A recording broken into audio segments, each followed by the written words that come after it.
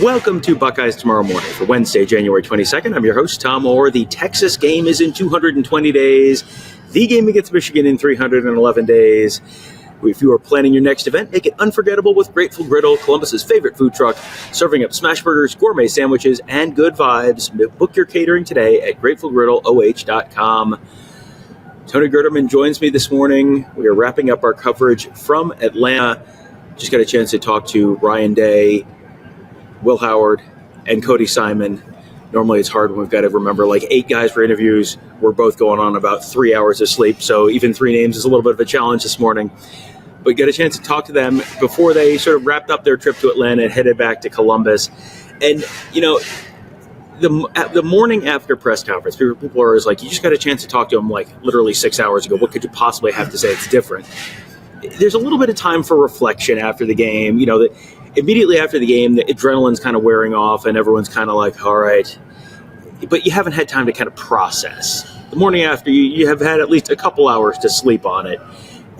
There were a couple interesting questions. One of them was one that I go back to after the 2019 Ohio State Michigan game, right, where Ryan Day, you might have been the one who asked him, are you feeling more like joy or relief right now? And he got asked that same question after in the morning after the national championship. Yeah, that was one of the questions I was thinking about asking him again, but I didn't want to bring up Michigan on this day. You know. Oh, don't worry. There's always a national guy willing to do that. Yes, but again, it's both. But as the head coach at Ohio State, like, the expectations create this thing where there's going to be relief when you do it, but the fact that you've just done something like this and your team has done something like this, it's joy. I think that the question was about like the spectrum from relief to joy. Is like I don't know if it's a spectrum, but they're both. And he talked about the mix of emotions going on, and certainly when your athletic director comes out and puts a price tag on this team, that creates a level of expectations that were unnecessary. Yeah. Everybody talks about the Ohio State paying $20 million as if no other program has put a cent into their players. And so that creates a level of expectations. And that's all weight that everybody had to carry. And so when you do but you make it through, there's going to be relief from that weight being lifted off of you. But then also you are trying to win a national championship, and you do that, there's going to be a ton of joy as well. Yeah, for sure. And, you know, you look at the pictures from after the game, and the joy is quite evident. And, you know, Emeka Egbuka crying on the field. And then, you know, that was sort of the immediate reaction. And Ryan Day talked about throwing his headset and having no recollection of doing that and having no idea why he did that. But it just sort of is that, like, cathartic kind of almost release after a long year, 4 long years, 5 long years for some of these guys, and then a real long month and a half or so following that Michigan game, where the end of November there was a lot of consternation around the team, a lot of uncertainty about the team, and then this is about the best possible outcome. And Ryan Day has talked about the fact that there are so many incredible stories on this team, and you only get those stories only get told if you win. If they lose, everyone leaves and they move on for the NFL draft, and you never see these guys again, and you don't talk to them anymore, other than randomly bumping into people on the sidelines or whatever. This is, as Ryan Day said, the story of the team is written, but it only gets told if they win the national championship. Now it can be told, and you asked him about the story. Okay, Ryan, let's have an editorial meeting. What story should be told? Yeah, do my work for me, sir. I did ask him, what I don't recall you calling him sir. What are some of the under the radar stories that you want to be told? And the thing about this team is they should all be told. Is the way you talk to the players, you talk to Ryan Day, and he's like, shoot, if you mention one guy and you leave somebody else out, and he's like, you got Donovan Jackson, and he starts talking about him, and then you got Lathan Ransom, and Ty Hamilton and Tyleik Williams, and he just kept naming names and then talking a little bit about them, and you can see you don't want to forget somebody, but you also want to mention people. And he did say, this right now is not the time to talk about all of those, because what do you say? I could talk for 45 minutes about Donovan Jackson. I could talk forever about Lathan. you're talking an 18-hour conversation, basically, to just discuss the seniors, basically. Yeah. And we did kind of went through this doing the live post-game show where we just started thinking about, like, oh, Carson Hinsman, boy, that he had a crazy year, and oh boy, Luke Montgomery, boy, stepping up, and oh man, I mean, you could just do the offensive line. You could the 6 offensive linemen playing in 5 spots. You could spend a whole bunch of time talking about that, and that doesn't get into the 2 running backs or the quarterback or the wide receiver. I mean, it's just the illness in camp for the offensive line. Yeah. I mean, it's just so many stories around this team. One of the stories about this team and about Ohio State football history is Paul Brown, Woody Hayes, Jim Tressel, Urban Meyer, Ryan Day. That is a pretty darn good group of company to have. Football Hall of Famer, Football Hall of Famer, Football Hall of Famer, newly inducted Football Hall of Famer, and Ryan Day. That is pretty good company for Ryan Day to be keeping. And this is one of these questions, I forget who asked it, but whoever it was phrased it really well. It basically said, Will, Cody, Ryan's going to not want to answer this about himself. Make him answer this about himself. Ryan Day, what does this mean to you to hear Ryan Day's name in conjunction with those other names? Yeah, it's a lot, because you're talking about legit Hall of Famers, and now you are part of that. And you're a pretty humble guy, but like, you also can't be so humble to have this job. You know, like, you got to take some pride in that and take some pride in your work, but it's not about him. He'll continue to say that. But look at those names: Paul Brown, Woody Hayes, Jim Tressel, Urban Meyer, and now Ryan Day, and that's forever. And some of the discussion this week was, if Ryan Day wins it, like, what is the Ohio State Mount Rushmore of coaches? And it's like, you know what? Let's just make it 5. Yeah. Let's just go 5. There's room. It's a big mountain, and with this now, like, 70-10 career record, like an 875 winning percentage, better than any of those guys on that list. Yeah, and this is one of these things where now you do this, and now, 2075 or whenever you're writing the Ryan Day obituary, the first paragraph is national championship winning head coach Ryan Day. That's it, and that's one of those things that you have your family who knows you better.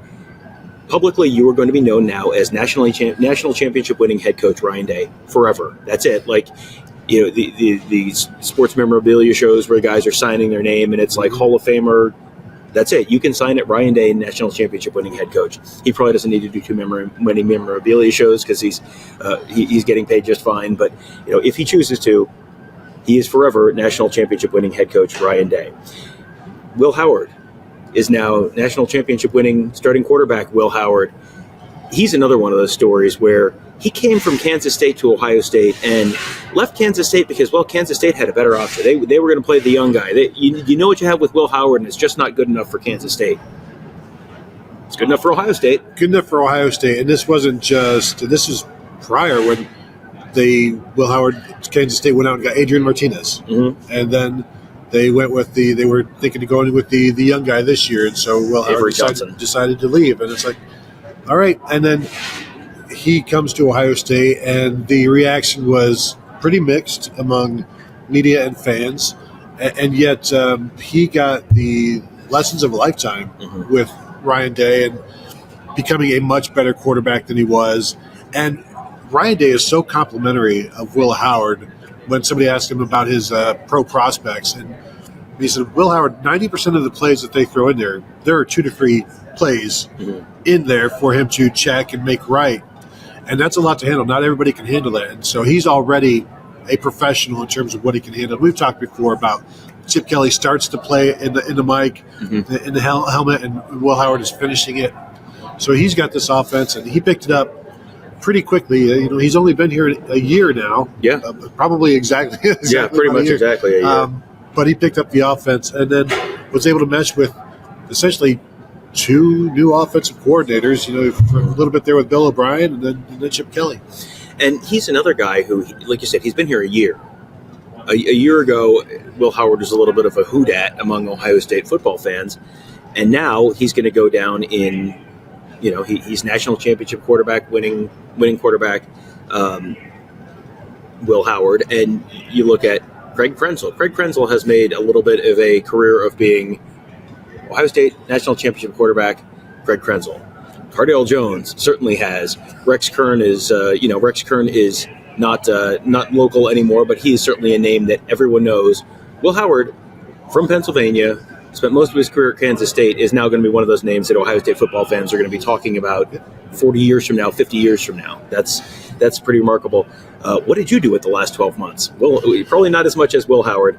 And then the last guy who's up there, another guy who is a remarkable story in and of himself, Cody Simon out of Jersey City, New Jersey. We did a show talking about Mitchell Melton and, his kind of long and winding path. And there's a Mitchell Melton transferring to Virginia. We did a breaking news show on that if you want to hear about that.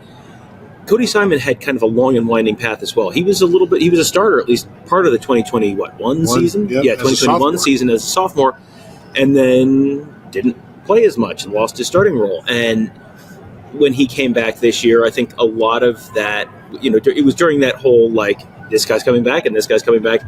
And when Cody Simon came back, I think it was kind of met sort of with a little bit of a shrug by Ohio State fans, because it's like, well, I mean, he's been around, but he's never been really that good. So whatever, better, I guess, to have him than not.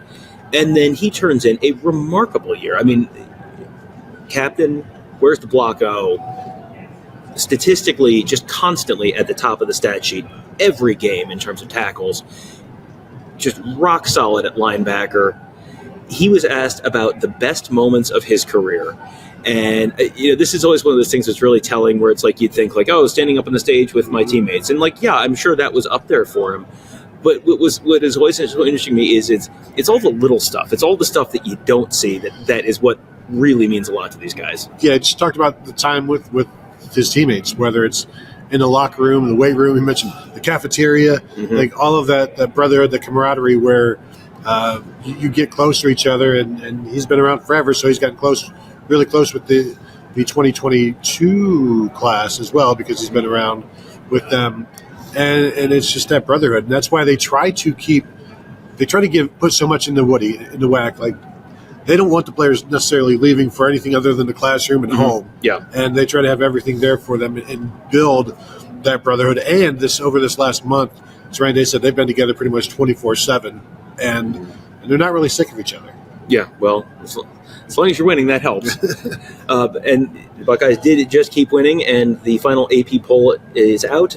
You can set your faces to stunned. Ohio State is number one in the AP poll. Well done, writers. You got it right. And but what's interesting is some of the other teams in the AP poll. Ohio State has wins over number 2 Notre Dame, number 3 Oregon, number 4 Texas, number 5 Penn State. They have defeated the entire rest of the top 5. They also beat number 9 Tennessee. They also beat number 10 Indiana.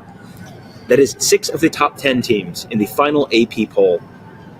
I have not gone back and done a deep dive on any other team's resume, and this may become something close to the new norm in the future. Ohio State got a good head start by playing a couple of those teams in the regular season as well. But I look at that and it's like, boy, show me a better resume of any team ever. Can't. And no better resume, no better run. And again, this is the first time somebody's had to do this, but nothing has even come close to that. And we know they've beaten more AP top 5 teams than anybody else in history. And then to just see 2, 3, 4, 5, 9, 10, other teams are fortunate that they didn't run into the Ohio State buzzsaw, but I don't think that that's going to be equal. It may be approached just because of the system that we're now in, but good luck besting that one or even equaling it. Yeah, I mean, again, they had 2 of those wins before the playoffs started, which that's a remarkable head start. They played a tough schedule this year, and I know that there were a lot of folks who were, if they played in the SEC, they'd be 6-5. Sure they would, Tony. Sure they would. And there may be a 1 versus 2 start next year against Texas. Yeah.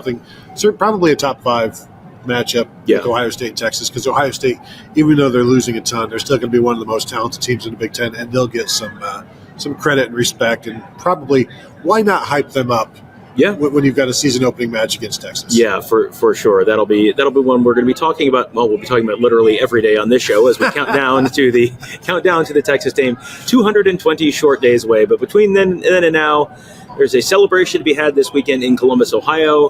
There's probably a trip to 1600 Pennsylvania Avenue in the making at some point for the Buckeyes. Spring ball is going to be happening at some point. We don't know. Ryan Day said that there were going to be probably some changes to that just because the season went. Turns out the season went. If you keep playing, the season goes a little longer, and there's probably a little bit of an adjustment to the schedule to be made there.